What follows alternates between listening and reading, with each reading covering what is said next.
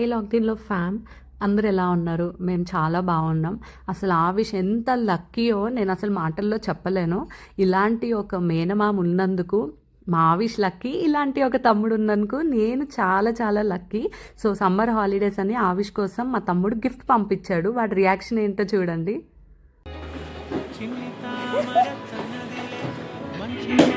ఏంటది చెప్పుకో. ఆవిష్ అదేంటి? ఎవరిచ్చారు? కాదు, మామ నీ కోసం పంపించారు. నా సర్వం పొన్నారి నీ ఆశే చెప్పమ్మా, నే వెతికి తెస్తా నీ పాదం పడిన